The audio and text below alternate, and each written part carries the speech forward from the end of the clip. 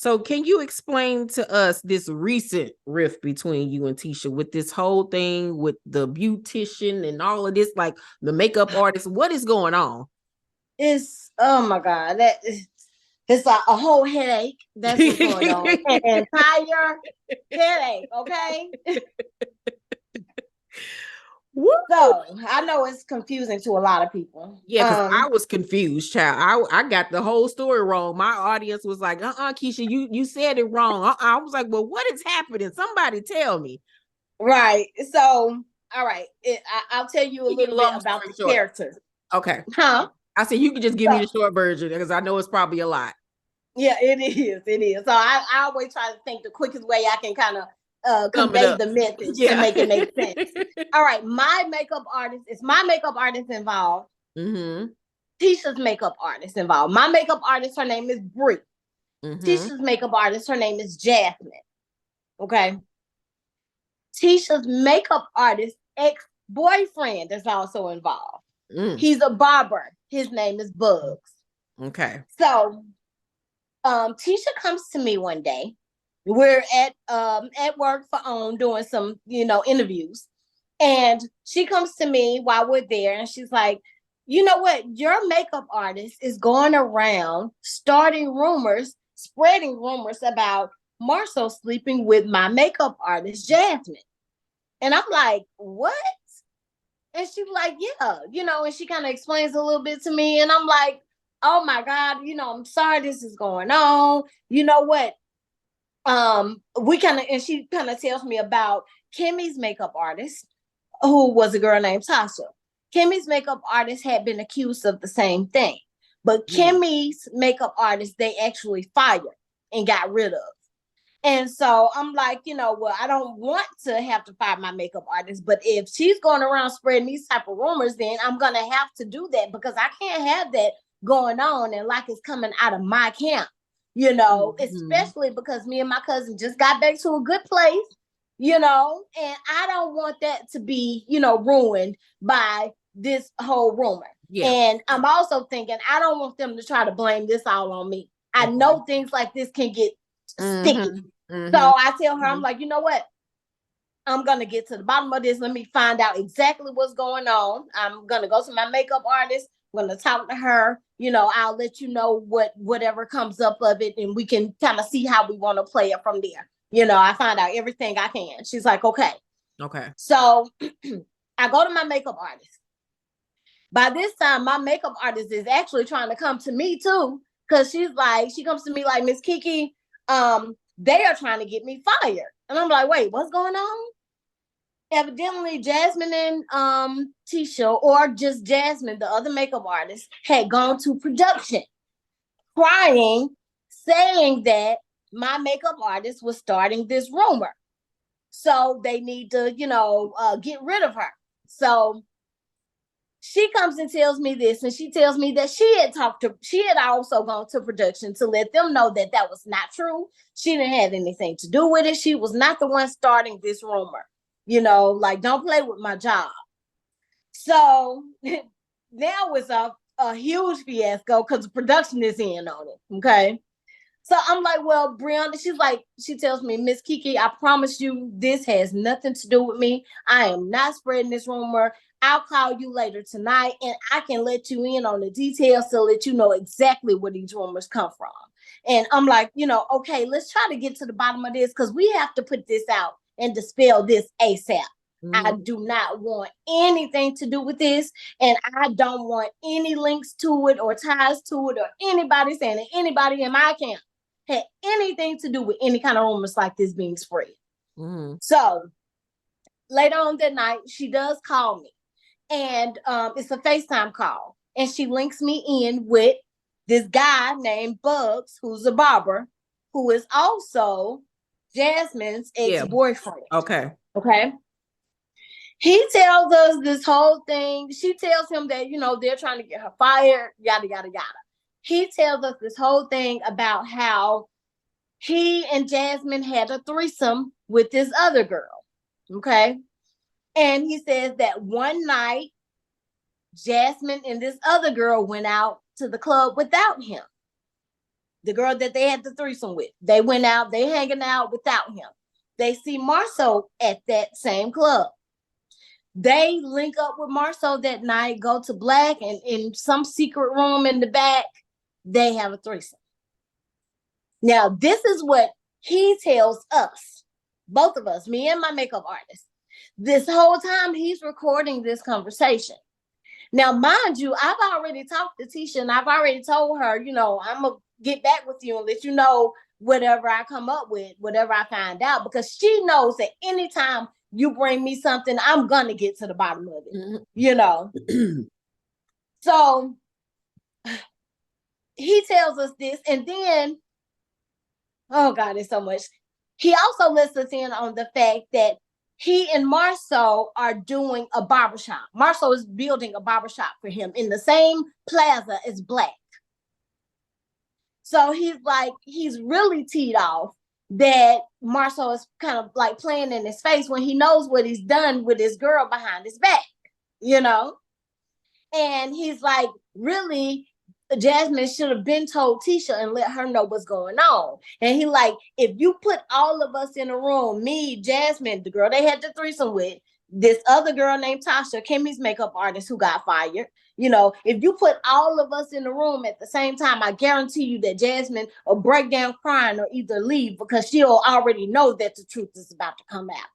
And I'm like, man, this is really messed up. So me and my makeup artists are, asking him questions and just engaging on this conversation to try to find out what we can. I know I'm taking this back to my cousin. So then I knew it was something fishy about him because then he kind of switched it up. And he's like, you know what? Never mind. I just made all this up. I'm like, what? Like, dude, like, don't waste my time. Because at the beginning of the conversation, I told him, look, I introduced myself, told him who I was. I'm like, I'm not just calling you for some juicy story to find out some information to gossip. I just want the truth. And if you can't tell me the truth, just don't even tell me anything at all. But I just ask that you just please don't lie. I just want to get to the bottom of this so that they won't think that me or my makeup artist had anything to do with any of this, So he promised me he'd do that. Now he's switching it up. And so my makeup artist is saying to him, no, don't do that. Don't take it, because now he's saying, well, his ex-girlfriend, well, she has a child, and I don't want to put this out there about her. And my makeup artist is like, no, don't take up for her. We understand you heartbroken. She did you wrong. Because he's like, I do still have feelings for her or whatever. So I'm sitting there looking like this dude is playing games and he's stupid. And then he starts to say stuff like, well, how can my brand benefit from this? If I come out and I tell the truth, because I'm going to be honest, this is what he's saying. Because I asked him, if I call you or I call upon you to verify this story, will you be honest about it? To clear my makeup artist's name and say she had nothing to do with this. She didn't start this rumor. She's not going around spreading this rumor. This rumor came from you. Right. Will you verify it? He's like, oh, yeah, I'm going to be 100% honest. I'm going to stand on my word. You can count on it. Anytime, any day. So now he's playing games and he's like, how can my brand benefit from this? And I'm like, I know I'm not even about to try to promise him that he's going to have anything from getting anything from me. And I'm like, dude, I'm just starting my brand. Basically, I'm saying I don't have nothing to give you, okay? You can get the information or not. Wow. So I called my cousin next day, very next morning. And we have a conversation and I said, hey, what are you doing tomorrow? She's like, I'm completely free tomorrow. I have nothing to do. I said, well, good. I'm free too. Come by when you have a chance tomorrow. I really want to talk to you about something important. So please come and visit me. And she's like, okay, I'll do that. I was like, okay, well, just call me and, I'll be here all day, blah, blah, blah. He does not show up the next day. So I texted her that night, like, dang, girl, you ain't have to stand me up. But anyway, hit me up when you get the chance. I need to talk to you. I don't even remember if she responded to that text or not. But next thing I know, I let some time kind of pass, a few weeks pass. Now, mind you, I think this guy is being shady and crooked.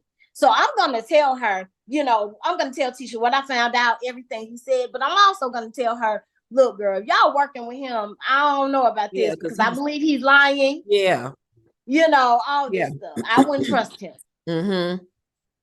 Well, he gets to them before I get to him. Because mind you, she was supposed to come over, but she stood me up. He gets to her. He has put together a whole other tape, just answering questions to make it look like we called him trying to force him to admit to something that wasn't true. Like, we're the ones putting this rumor out there that this girl and had a threesome with Marceau and had an affair with Marceau, and he's denying it. So he put a little tape together where he's like, nah, I told you that didn't happen. I don't know. Well, I can't answer that. It never happened from what I know. You don't hear any feedback. You just hear him answering these questions. So he's shown them this and has told them this narrative that I'm trying to force him to say things that never happened. Mm-hmm. Completely trying to play me and lie on me. Well, he didn't know that I had the whole conversation recorded. I just didn't have the video. I just had the audio. Okay. So after he does this, my cousin calls me and she calls me very forcefully and with the attitude. And she's like, hey, you've been going around asking people stuff about me and Marceau. So I'm taken aback and now I'm on the defense. And I'm like, no. And she's like, well, so you didn't call the Bugs guy asking him, about Marceau having an affair? I said, no, it didn't happen like that. That's not how it happened. And I told her exactly how it happened. You came to me and asked me about my makeup artist going around spreading this rumor. I told you I'd get to the bottom of it and get back with you. I tried to do that. You didn't show the next day. So don't come accusing me of things. She's like, well, I feel like that's shady. And I'm like, what? I didn't do anything shady. You didn't show up. And she's like, yeah, it just said you could have told me this over the phone. I said, I didn't want to tell you over the phone. You can't make me tell you something in a way I don't want to tell you. I had my reasons for not wanting to tell her over the phone because anybody could sway her to believe differently. So I wanted her to come over. I wanted her to see. I wanted her to hear some of the conversation or all of the conversation. Mm-hmm. I wanted to, just kind of talk to her and look her in her eyes, talk to her face to face about what was going on so that she could understand what was going on completely without ask me whatever question she wanted to ask me, clear anything up, however it needed to go. But I wanted to do it face to face, not over the phone. Because like I said, Marceau already took the phone one time. I'm, bawling my eyes out, crying my eyes out to her. Wow. So I don't even want to take that chance again. He could be right there and just be like, you know what? We're not talking about this today, Keke, and try to flip it on me. I wasn't going to do that. So she called herself mad at me and blamed me. Like she really believed what this guy was saying. That ticked me off to the fullest because a lot of people, when they see the episode with the drink toss, they are thinking, oh, she just ignores you. That's it. No, it's layers to it, because one, you're blaming me for something that I had nothing to do with. You're blaming me for something that you brought to me that I told you I was going to get to the bottom of and get back with you. And when you don't show up and you blame me because you want me to do things your way. And because I don't do them your way because I have my reasons, you listen to this guy over me, although I've never done anything like this in my entire life. Ever. So it was the fact that she was also blaming me for this. And she didn't even hear my side even once. Not even one time did she hear anything I had to say about it. I told her I had it recorded. She said, okay, well, send me the recording. I didn't want to do that because I just don't trust her and Marceau at this point. So I just really wanted her to come so I could explain everything, let her hear everything, and so forth and so on. But play the audio at the reunion. No, they didn't. You know what? They didn't even ask for it at the reunion. Wow. Also the recordings that he did, those are also out there. He just cut the beginning of the conversation off. But you can listen to that conversation and you can kind of tell what's going on. You can read between the lines. You can hear him say some of the things that I said. He just doesn't have the part on there where he actually explained the threesome part. Right. So at this point, after hearing what you're telling me, it seems to me like, do you think that Tisha maybe kind of wanted to blame you to start an issue with you? Because how did it go from your makeup artist did this to now you're being blamed? I promise you, I have been wrecking my brain like, is this a setup? Yeah. Because it just makes no sense to me how she would, number one, not show up when I called on her to show up. Mm-hmm. And two, just blame me without even hearing anything I had to say about it. And then take it from there.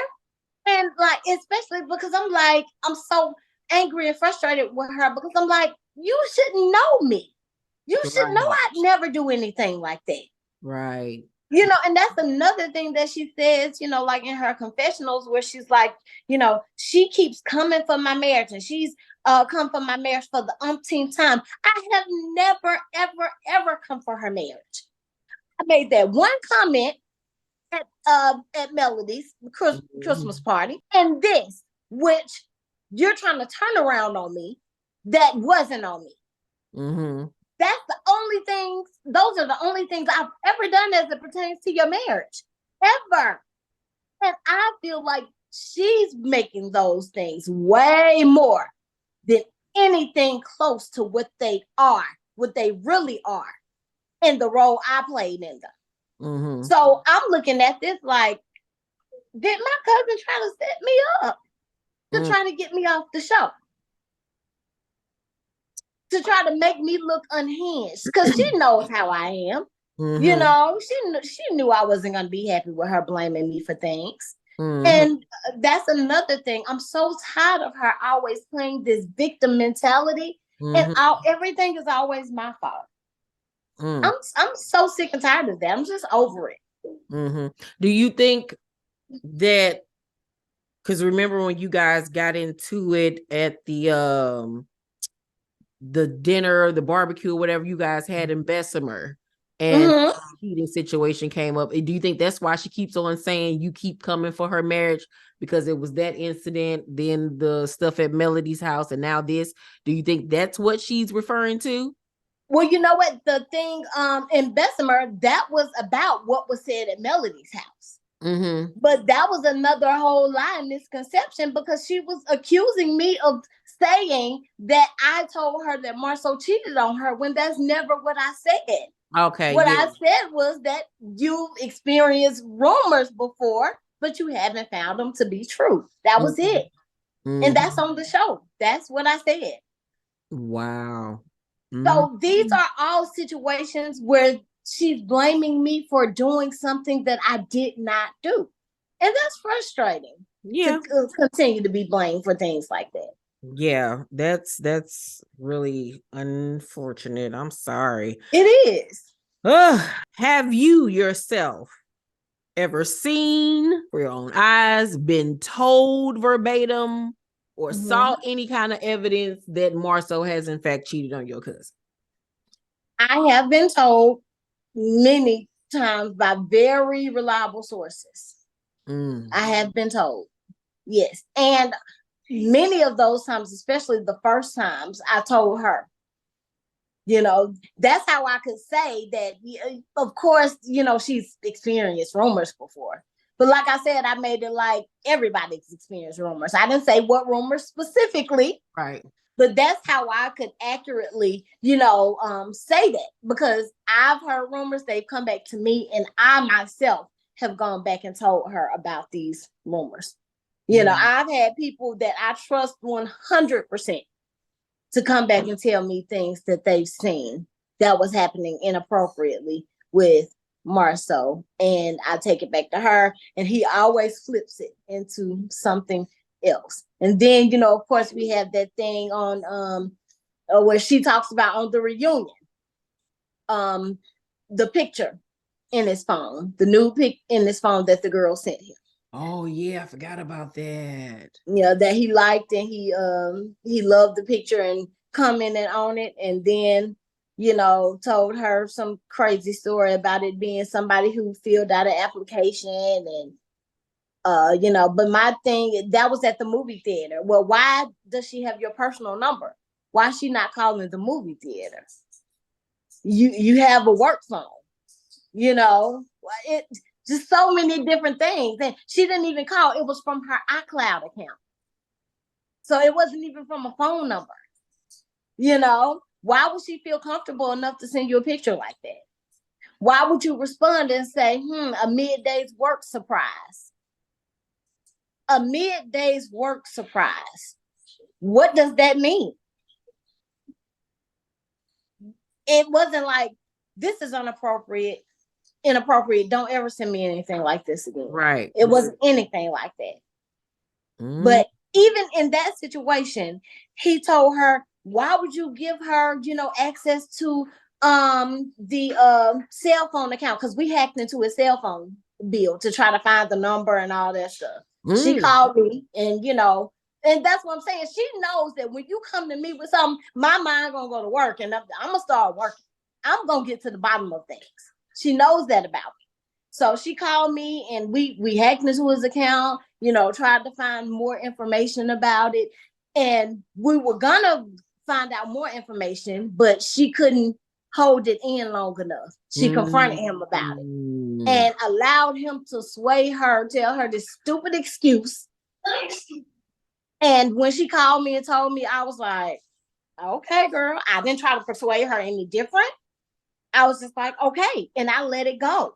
And then she called me back and was like, hey, did you go back into the account again? And I'm like, no, why would I go back into the account? And she's like, you know, well, Marceau said that somebody logged back into the account again, and he's mad because, you know, he said, you know, you having the password, I could, that, you know, you could go in there and get access to some other kind of information. And I'm like, girl, I don't want none of y'all information. Why would I go back in there? The only reason I went in the first place was to help you find something. But even that, he tried to flip on me, you know, and to take the heat off of himself. And I just don't understand how she doesn't see that. I just don't. Or maybe she does, and she just doesn't want to admit it. Maybe so. You know. even so, even then, when she didn't see it, I'd let it go. Right. I would never force these things down her throat. And so many people think, you know, this is about me trying to make her see or prove to her. It's not. It's, don't blame me for this. This is not my fault. Yeah. Yeah. It seems like it's one of those situations where, you know, you have a friend or a family member that wants you to help them to find out information. And then when they decide to stay, you then become the villain. Right. That's not fair. Yeah, it's not. That's exactly what's happening. And that's not fair to me. I did nothing wrong. Yeah. Do you think if Tisha did have valid proof that she would in fact leave Marceau? I can't say. I don't believe so, because I know as a woman, I know it's so much harder than that. It's so much more difficult than people think. Oh, I leave it. People always want to say what they would do until they're in that situation. Life has taught me, if it has not taught me anything else, it's taught me that you never say never. Yep. Because you don't know what you're going to do until you're in that situation. And so I changed that up, and it's like, God, if I'm ever in that situation, please guide me to do the best possible thing. Yeah. You know, because I don't know, you don't know what you're going to end up, what type of situation you're going to be in, and you don't know how you're going to deal with it, although your mind might tell you you do, but you really don't. Yeah, you sure right about that. So some of the viewers feel like Tisha is jealous of Melody. Do you feel the same way? I feel like I feel more so like she is inspired by Melody and she just doesn't know how to communicate that. That's how I feel. I feel like she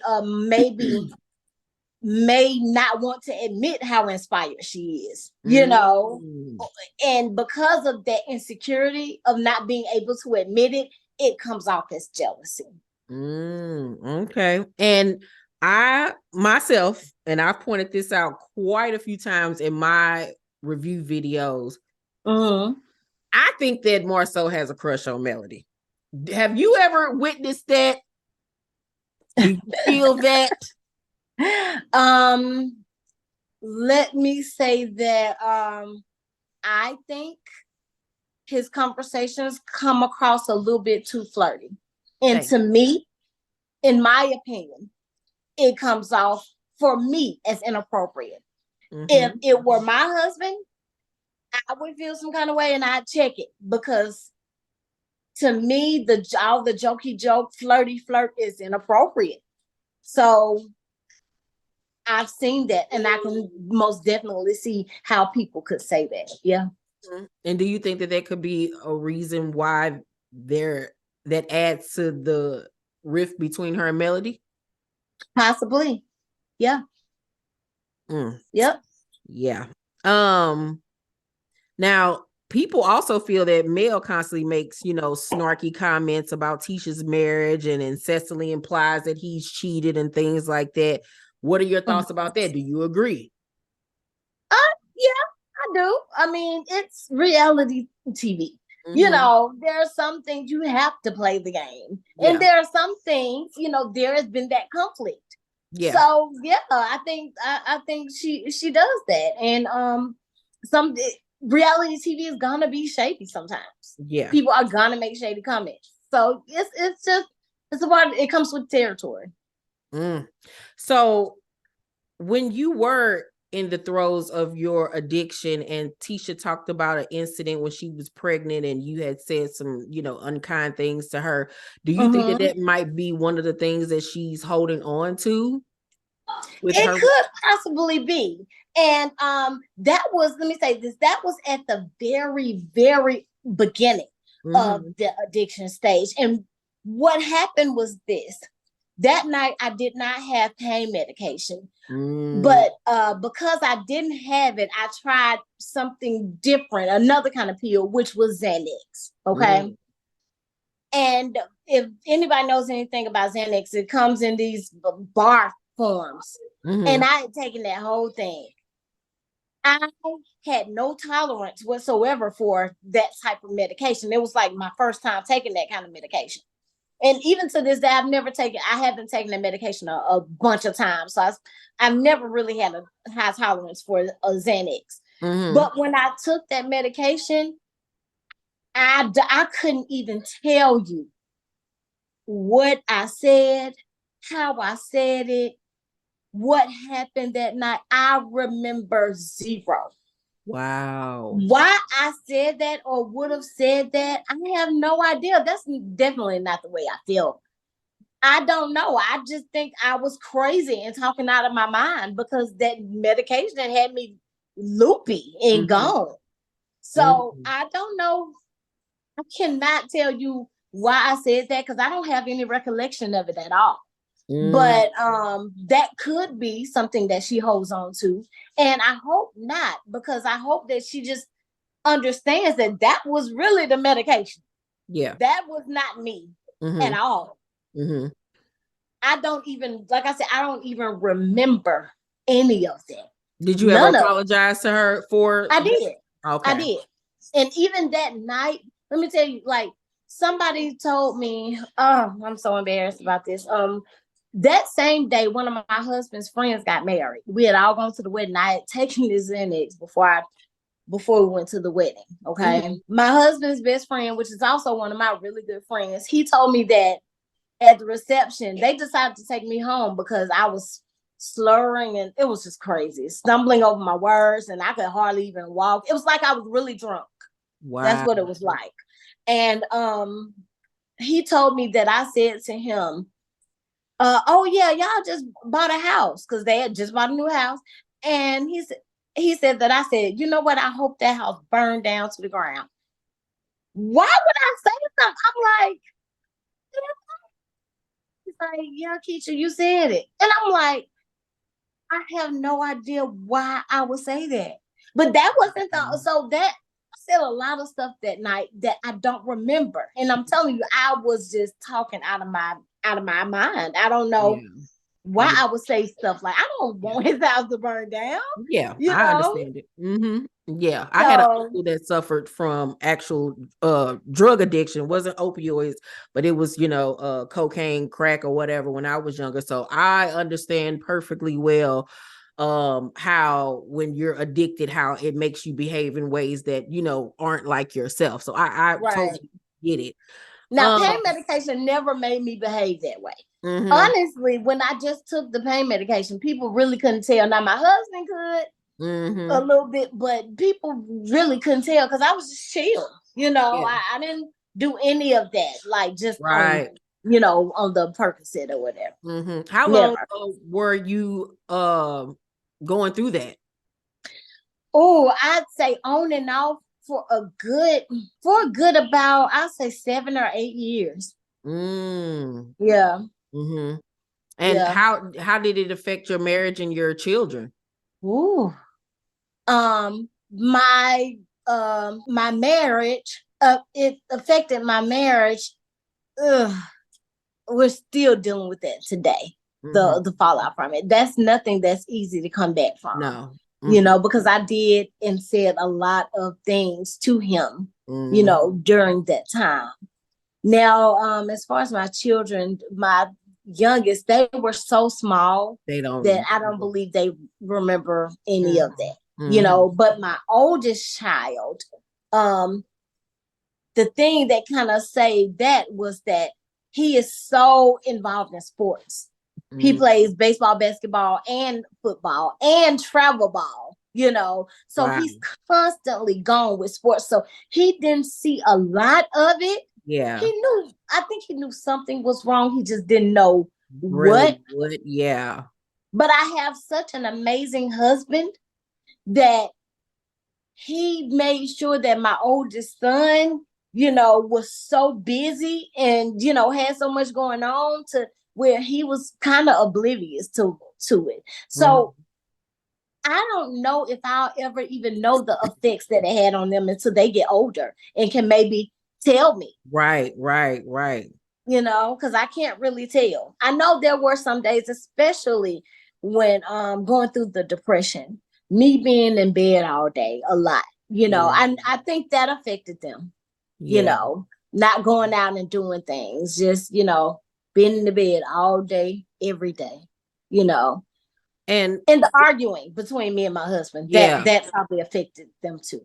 What was the thing that you made you like, okay, enough, I have to fix this, I have to get clean? I always knew, number one, I know that I have a huge calling on my life. And that calling, it chases. And I can't ever rest. I can't ever be at a place of rest when I'm not living according to the purpose that I know that God put me here for. Yeah. And that, more than anything, just that constant chasing me down, and holding me accountable, my conscience, it's hard to live this double, because I was living a double life. Honestly. Yeah. I was functioning. I was a functioning addict. So it's hard to live this double life when your conscience is beating you up and beating you down every day, all day. And no matter where you go, you can never escape it. Even when I would be in certain environments, just to go and say I had to buy some, pills, and I go to a certain environment. Uh-oh. Can you hear me still? Yeah. Okay. Even then, and have people to look at you and say, girl, you don't belong in this. You don't belong here. What you doing here? You need to get yourself together. To have people in that environment tell me that even checked me, you know? And I just remember one day, just having a conversation with myself, but I kind of believe was the Holy Spirit, you know, because I'm a Christian. And it was just like, Keisha, you have allowed these pills to become your God. And I'm arguing back and forth, and I'm like, God is God. There's no way I'd allow anything to replace God. How could anything ever replace God? That's not true. God is God. He'll always be God. Yeah, well, where does all your money go? Where's all your time going? All your thoughts going? You're struggling and sacrificing to get these pills and meet these demands, and all that time should be going to God. Wow. So that's your God. That was a huge reality check for me. Yeah. That's deep. That's deep. How long have you been in recovery now? I have been in recovery now for 3.5, almost close to 4 years. Congratulations. Congratulations. Thank you. So I know that it must have really hurt when you're watching this season and you're seeing your cousin and her husband saying she got to be back on pills. She got to be back. Yeah, it's very difficult to deal with that, because it's like now we're going back to square one, which is the thing that made me fall out with y'all in the first place. Now we're going back to that. We're revisiting that. And you're making jokes about it just like he did originally. Yeah. So back at square one almost. Is that hurt all over again? And they keep coming to me asking me, well, you know, Marshall never apologized for it. He always makes excuses for it. But Tisha is like, you know, I've apologized. Why won't you let it go? Because y'all keep opening the wound back up. Yeah. So it's difficult to let it go when we keep revisiting, you know? And that's where I am with that. Wow. How, because I noticed y'all other cousin Courtney is on the show sometimes. Where does she fit in all of this? Like, does she feel like she's in the middle between you two? Yeah, she feels like she's in the middle. And I know Courtney doesn't like that at all. And it's unfortunate, you know, that she feels like she's in the middle. She's our younger cousin. And, you know, I brought Courtney, you know, I was the first person in our family to graduate from college, to go to college and get a college degree. And I brought Tisha right behind me. And I brought, you know, all of my cousins. Everybody came to A&M. Courtney was one of the ones that came up here. I helped her become a cheerleader, you know, because I cheered back in the day. And so I helped Courtney become a cheerleader. She cheered too. And she took one of my classes. You know, she stayed with me for a time. And so Courtney is close to me and she's close to Tisha, but she's a bit closer to Tisha. Okay. So I believe that Courtney has allowed Tisha and Marcel, who can be very persuasive, she's allowed them to kind of sway her in their favor. I will say though, on this past week's episode, she was sticking up for you. She was, but then she put out a message on social media that that did the contrary, you know. Oh, what was that? I don't know nothing about that. Yeah. And one of the statements, it's on Facebook. One of the statements that she made was that you know, Marcel was telling jokes, and unfortunately the jokes were funny and people laughed at them. I just don't see anything being funny about those types of jokes. Nothing at all. People might have laughed, but that still doesn't make it funny, you know? Yeah, because in that scene, she was shaking her head and don't do that. You shouldn't, that's not. Right. Wow. And, you know, she was like in the message, she was like, I don't think it's cool for anybody to continue to spread a rumor that they know is false. In this case, Keke. I'm not spreading this rumor. I'm not, you know, I'm not the one who is continuing to spread this rumor. So I just believe Courtney has a complete misconception and has been blinded about what's really going on. Because even in that scene when she said, you know, Kiki's always been extra.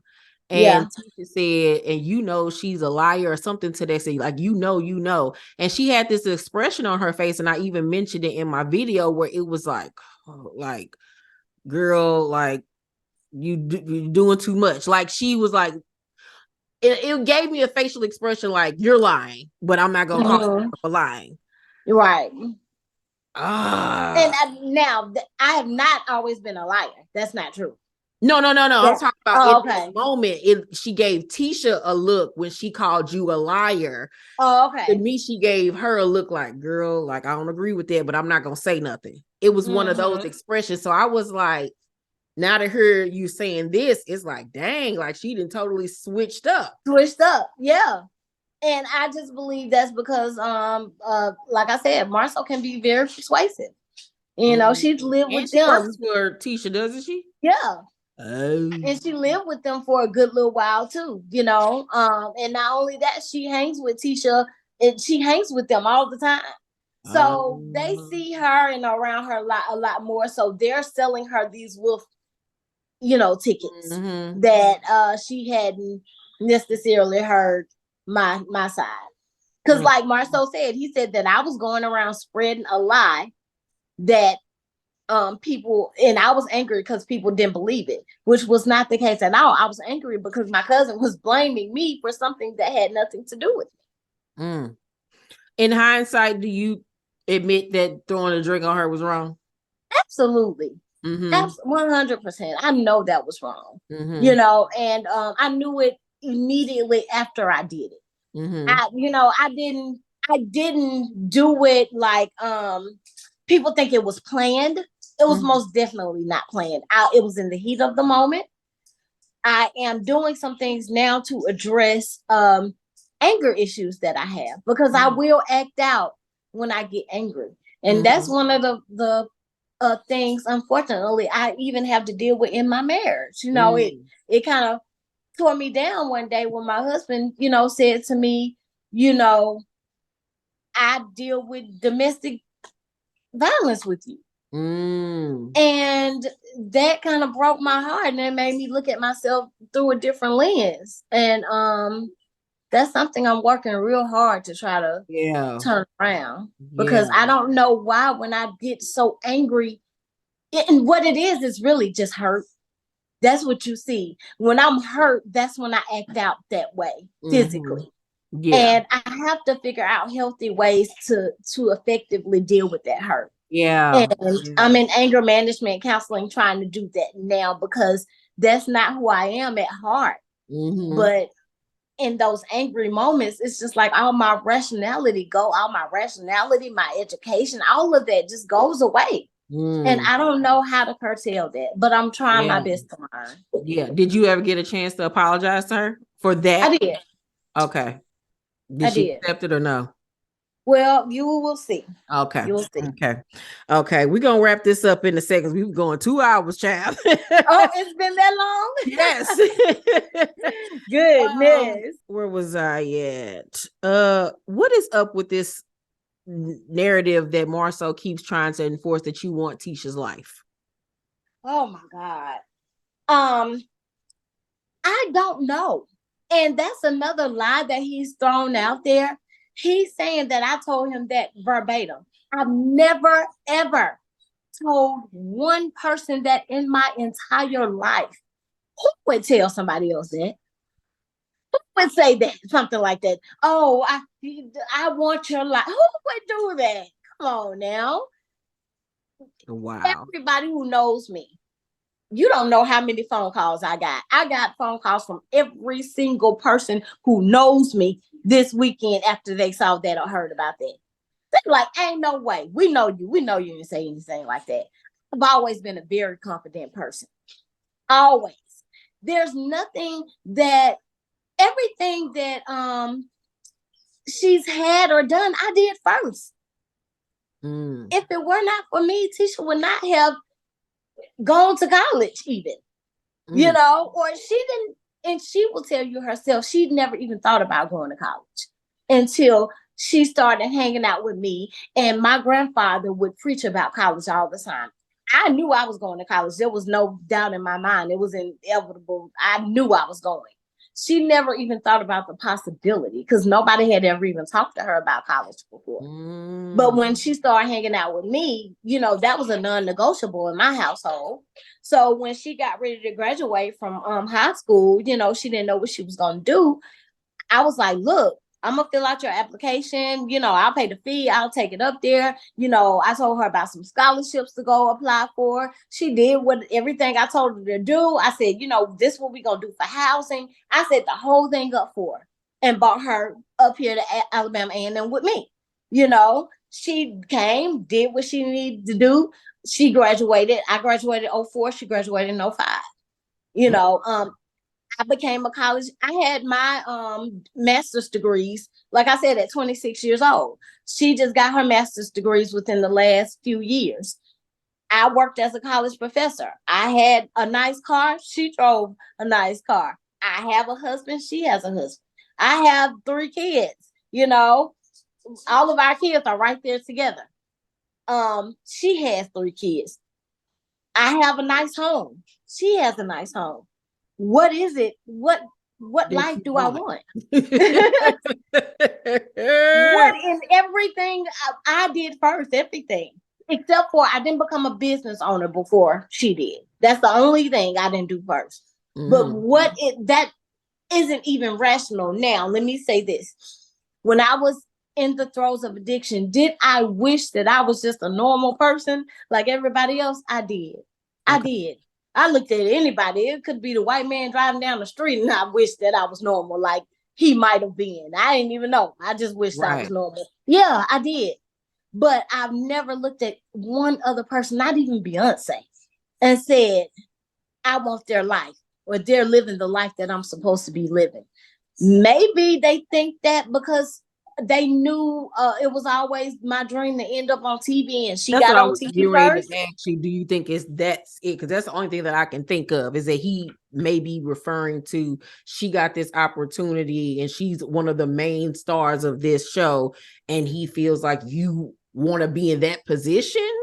Because maybe so. But see, that's the thing. I never doubted that I would be in that position. So it's like, even still, yeah, I don't understand why. I believe he knows that's not true. They all know that's not true. They all know. I've never been, ever. You can ask any person in my life. I have never, ever been a jealous person. I've always been the type of person that you come to, I'm going to try to uplift you. I'm going to try to encourage you. I always encourage and push my cousin. Everything that I had been introduced to, I introduced her to. Everything that I learned, I taught her. Everything. You know, I was very well cultured. I was very well versed. You know, I taught her. I tried to expose her to everything I was exposed to. So why would I do that of somebody whose life I supposedly want? You know, if I went to get my nails done somewhere, you know what? I liked them. I passed it along. Eventually she went. If I got my hair done somewhere and I liked it, guess who came next? She came next. If I went to church somewhere and I liked it, guess who came next? She came next. And I've done things that she's done too. You know, that's what it was. It was a back and forth exchange of information. But it's never been any kind of envy or jealousy on my part because I've always only wanted to see her win. And if I didn't want to see her win, why would I have pushed her and done all the things in life? Honestly, if she'd be honest with you, she'd tell you that God most definitely used Keke as a vessel to get me to where I am today in my life. And if she'd be honest, she'd tell you that. Wow. Do you in fact think that Tisha plagiarized Stormy product information? Or do you think it was most definitely plagiarized? Yeah. Now, who did it? I don't know. But I do know that it was plagiarized. That I know 100. And I didn't think that was a good look. A lot of people, you know, think that I'm hating in that scene. I'm really not. I'm really asking because people have been calling me, asking me if they partner. And I was like, no, they didn't. They was like, I believe they did. And I'm arguing with people like, no, this is her own, this is her girl's things. I had been telling Tisha for years to start a hair care line because her and her girls, they have beautiful hair. So I had been encouraging her to do that for years. So that wasn't hating. I'm really asking Melody in that moment if she knows something that I didn't know.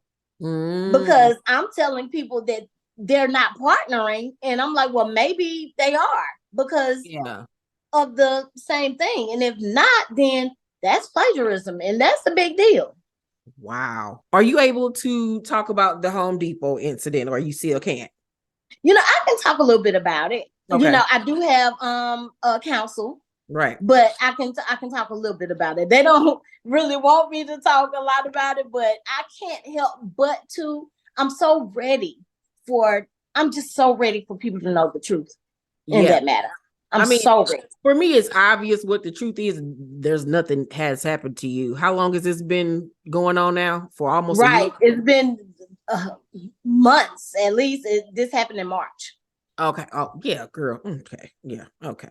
But can you say at least, no, I didn't do it? I can say that I will be 100% vindicated. Yes. Okay. Yes. Okay. I never put not even one thing that belonged to Home Depot in my purse, not even once. And neither did my son. I try to give anything to my child to take. No. So, this is what I was thinking. No. Is it a situation where they put up the wrong person's picture on the screen? I'm going to say it's a situation where they're going to have to pay heavily for. Okay. That's what I thought. And does it hurt your feelings that Tisha and Marcel automatically think that you did it and didn't even give you the grace of the benefit of the doubt? Absolutely. Yes, most definitely. Especially because this is the irony in it now. This same situation happened to Tisha, and she actually went to jail for it. Same exact situation. She gave her child something to take out of a store, and she was arrested for it. So if I knew that, I wouldn't even comment on my situation at all. I just would have been like, I hope it's not true. But I definitely would not have said the things that she said about it. So she intentionally did it, or it was a mistake? Yeah. They arrested her for doing it. Yep. Okay. Is it just me, or does it come across even to you that Kimmy doesn't really care for you? It might not be just you. I can see that come across too on camera. Although when it's me and Kimmy 101, it's a different vibe. But I can see that on camera. Okay. And I've asked her about that too. And she just kind of, is like, well, things are just gonna look a certain kind of way that they really aren't. And but I'm trying to get a feel to kind of see. Yeah. I'm trying to make sure I'm not overreacting. Okay. I don't think you are. I don't think you are at all. Because I pay very close attention when I do my reviews. And I've just picked up on certain things, the reactions to certain things, and it's always attack you mode, Right. Okay. And I've never, it's almost like jump in and attack me, even in situations that you don't really have anything to do with. I've peeped that too. And a lot of, at first I didn't, until other people start bringing it to my attention. Then I was like, okay, now I'm gonna start kind of paying attention to see, what it really is. Just like a lot of people are talking about, that she shoved me out of once that altercation happened. I didn't even notice at all. But she was literally tapping you to go. Right. And I was like, dang, okay. Wow. Right. All right. So even with that, I'm trying to, because I don't like to make problems if they're really in one. Right. And you'll never see me. And that's why I don't like the perception they have of me. Everybody who knows me, they are so angry because they like, man, this is not my friend. They not showing the right you. Everybody, they like, you are such a good person. And people are getting you all wrong, except for the people who can see through that kind of stuff. Okay. You know, some people can see through it. Love and Marriage Huntsville fans are very smart. I can say that. Oh, because a lot of people pick up on stuff. Mm-hmm. But even with that situation, you know, and I extend a lot of grace. I'm like, okay, was it just that I was really aggressive and we were all caught up in the heat of the moment, you know, and she just kind of was trying to diffuse the situation? Or was she really trying to get her, you know, a lick in? Because it didn't come across that way to me, like she was trying to actually hit you, but it was coming across to me like, she gotta go. Like it was never even let me find out what's going on. You know, like she sat there and talked to Tisha and was like, what happened? This, that, and the third. It was never even, Keisha, what happened? You know what I'm saying? What is going on? Just to even have a conversation. It was just like, get out of my house. Time for you to go. Right. You know, just believing what Marceau and Tisha were saying. You know what I'm saying? I just didn't feel like there was she was in the middle and being neutral. You know? Like how Mel did. Mel talked to both of you all. And you know, I just didn't get that from her or Tiffany. And I agree. The problem with you? What is that? I couldn't tell you. I've been trying to figure out the entire season. You know, I thought maybe it's because she's just trying to cater to Tisha and become friends with her, maybe. That's the only thing I can come up with. Yeah, because she, or maybe she just wants to create this fake beef for a storyline. I honestly don't know. Yeah, because I don't get it either. Like she's just really invested. Yeah, I agree. And I'm not the one I'm not gonna put up fronts. That's just not me. I'm like, girl, we definitely know each other. Like, what are we doing? Why and why? I don't get it. Yeah, I don't either. So the viewers have started to feel that Kimmy doesn't have a backbone when it comes to Maurice and compare her marriage to Tisha and Marceau's. What are your thoughts? I would say that the Scott men most definitely choose the type of women who will be more submissive. Most definitely. Yeah, because I've talked about this. It got to the point where I stopped talking about her scenes because it annoys me so much, especially with her situation, because I'm a breast cancer survivor. And the things good for you. Congratulations. Thank you so much. Happy the things that she got diagnosed literally a year after me. So really? Okay. Yeah. So this is recent for you as well. Oh yeah, very much. I'm so happy for you. Thank God that you know. Yeah, and I don't know if you probably don't know this, but me and Miss Vanessa, Mel's mom, are really close and really cool with each other. And we got really, yeah. I love Miss Van.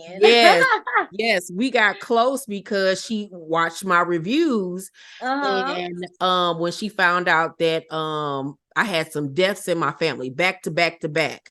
And she was just reaching out to me saying, you know, giving me prayers and if you need anything. And that's how our relationship began. And then when I got diagnosed, she was just really there for me. And that's how we built our friendship. And like we stay in touch every week, checking on each other and everything. And so it just frustrates me so much when I see Maurice saying the insensitive things that he does to her about all in your mind and stuff like that. And I'm like, yeah, that's crazy. That's crazy. Yeah. And I just, it mind boggles me that she let stuff like that slide. And I just, whoa. You know what? Me too. I'm really seeing a different part of Kimmy. I thought that she was a lot stronger. Yeah. Than she seems to be. Yeah. With, you know, allowing him to say some of the things that he's been saying and getting away with. You know? Yeah, very tasteless. Do you think Stormy was wrong for calling Marceau a B? No. And you know, okay, let me say this. As a Christian woman and on the side of right, I have to say, yes, it is wrong to name call. It is, Yeah. but I've called him that many times because God's still working on me. Okay, and I understand her position all too well because he stays in too much women's mess. I was just going to ask you about that. What is that about? Has he always been like that? Yes. Oh. We could be having a girls' night out and Marshall gonna come and hang out. Oh, okay. Seriously. It could be all girls that are at sitting down eating, and he will come and sit down and eat too. Oh, so he want to be one of the girls. Okay. Right. Okay. And he'll come and take over the entire conversation. Like I told you earlier about, when me and her were on the phone and I was bawling my eyes out and he takes the phone and takes over the phone call. And she's like, well, we were about to go out and my conversation is still with you, not with him, Wow. Has he always been as arrogant and cocky in this persona that he has on the show? Is that really him? It's been amped up. It's been elevated. Now he has always been to an extent, but this money or pretending to have money and the fame is amped it up. Yeah. It has amped it all the way up. On this past week's episode, on episode 22, you had mentioned to Mel that Tisha has always been mean to your husband. Why is that? You know what? That was when I kind of tell about when Tisha, she was always the one with the jealous, envious spirit. When I had a boyfriend, I always had a boyfriend though. I've never been single. My husband and I have been together now for 20 years. I started dating him my senior year in college. We met my freshman year of college. I actually started dating him my senior year. And when I started dating him, she didn't have a boyfriend. So she was really envious of that. So like Valentine's, I would go and get a whole bunch of balloons and I had a key to her car. And, I like put flowers and balloons in the card and all that stuff in her car, so when she come out of wherever I found out where she was and whenever she come out, she see her car all decorated. And, I would do little stuff like that for her because I knew that she was, she had a heartbreak, and then she didn't have a boyfriend. And so she was kind of mean to him if she was there or if he was there when she come home. We shared an apartment, she'd say stuff like, why he here again, and it would just make him really uncomfortable. Well, why you always got to go out with him? We can go out sometimes.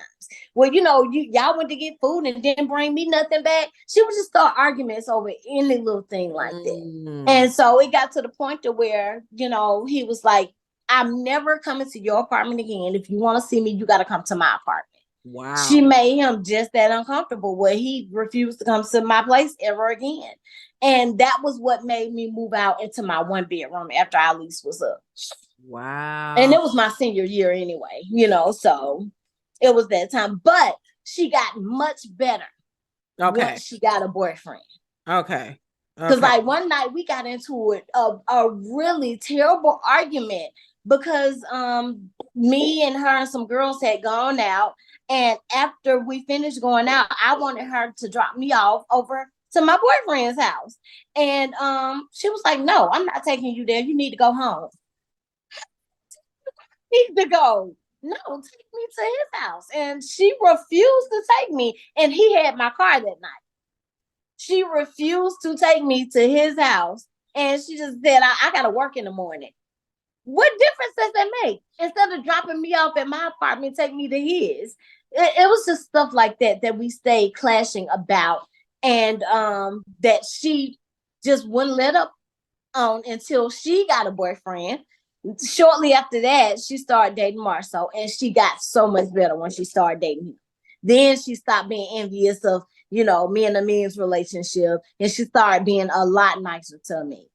Wow, that's crazy. Okay, I just got two more questions for you. Tell me about it. People don't even know the half of the I type of things see. that I've I been through. see. I see. What were your thoughts when everybody saw Destiny on Crime Stoppers? You know what? My heart went out to her. Honestly, I know what that's like to have your face plastered and have that embarrassment. You know, in my case, it wasn't true though. Right. And that's what was frustrating for me. And in her case, I don't know the severity or the logistics dynamics of it of all. it, Yeah. you know. But I do know she went and turned herself in. But either way, I know it's very uncomfortable, very embarrassing. So my heart really does go out to her because I know she, you know, it's not a good look, and nobody wants that to happen in their lives. No. Is there any moment coming up on any future episodes that we're going to be shocked and gagged over? Yeah. Mm-hmm. Oh, we got more. Okay. Yeah, we have more. Yeah, because we still have the Texas trip. That hasn't been yet. Did you on that trip? I did. I did. And I know that you all filmed the reunion. Can you tell us what we should expect? I think you should expect to have some things cleared up. Some things people are forced to have to face and own up to, you know, and look for some people to just be completely open and honest with how they feel, even if other people don't like it. So yeah, I'll call this the maybe I'll call it the reunion for accountability and for transparent accountability. Let's say that. You could just say yes or no, because my mindset going into this reunion, it seems like Tisha and Marcel are going to be the one in the hot seat because it seems like they've had issues with pretty much everybody on the cast except for really Mel and Martell. Is that the case at the reunion? I think that quite a few people have their chance in the hot seat. Okay, that's interesting. Okay. So, last question. What do you hope to get out of being on Love and Marriage Huntsville? Well, this is what I had hoped, you know, before. I'd hoped to show my story of redemption, you know, my story of my fall from grace. And it was quite a fall. And people see me, you know, the throes of me getting my life, my family back together, making the amends I need to make, you know, building my career back, getting back to being the sharp, spunky, intelligent, on her game, you know, Keke that I've always been, you know, and seeing me become this process of me becoming an entrepreneur, you know, trying to become an entrepreneur while having a family and leaving a full-time career, you know, so just people seeing that real, the struggle of trying to build my marriage back after the devastation that it went through, you know, because of addiction, the toll that it took on. Right. So that's what I want people to see. And like I said, I'm very transparent. So the good, the bad, the ugly, I will allow people to see that reality TV is not my final destination. Right. I have so much more to offer. I have so much more to say. And I think once people see my personality and they see the person that my friends and my family see, I believe they'll have a newfound respect for who I am and what I'm trying to do. Yes. Do you have anything coming up that you want to let the viewers know about?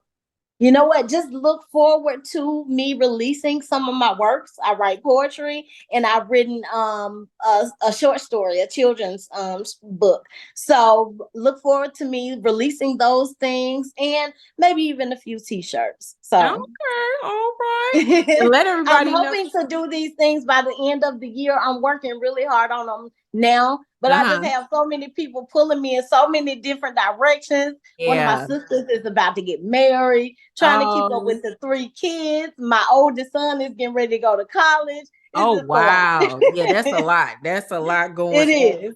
Can you let everybody know where they can reach you on social media? Yes, absolutely. Y'all can reach me at Keke Jabbar, KekeJabbar on Instagram, and Nikesha Dawson Jabbar on Facebook. That's NE-KeshiaDawsonJabbar. Thank you so much. Well, let me tell you something. This Thank you. was so enlightful. You put me up on game on a lot of stuff. Good. And this was a really great conversation that I had with you. Like, you are Yes. truly a delight. And I'm just so happy that you have came through everything that you have come through, and that you're getting Thank back to you. yourself and working on making amends with everything and everyone. And I pray that Mhm. at some point you and Tisha can finally come to something, Lord. Yeah, I Y'all do can too. be able to break that cycle of this animosity, that's I going agree. on that side of the family, because I really pray that that does not touch your girls. You know what I'm saying? I agree. I agree. A close bond, but this was a very, very good. Thank you so much, and I hope that in the future I can have Thank you you. back on the Color Me Pink channel. Absolutely. Thank you so Absolutely. much, Keish. Thank you so much. T Squad, I hope you guys enjoyed this interview. Make sure you follow Keke on all of her social medias, and make sure you tune into Love and Marriage Huntsville on Saturdays, 8 p.m. No, it's 7 p.m. Central Time, my time. And you guys, make sure you thumbs up this video, like and subscribe, and hit that notification bell button. I love you, and I will see you guys on the next video. Bye. I love you guys too.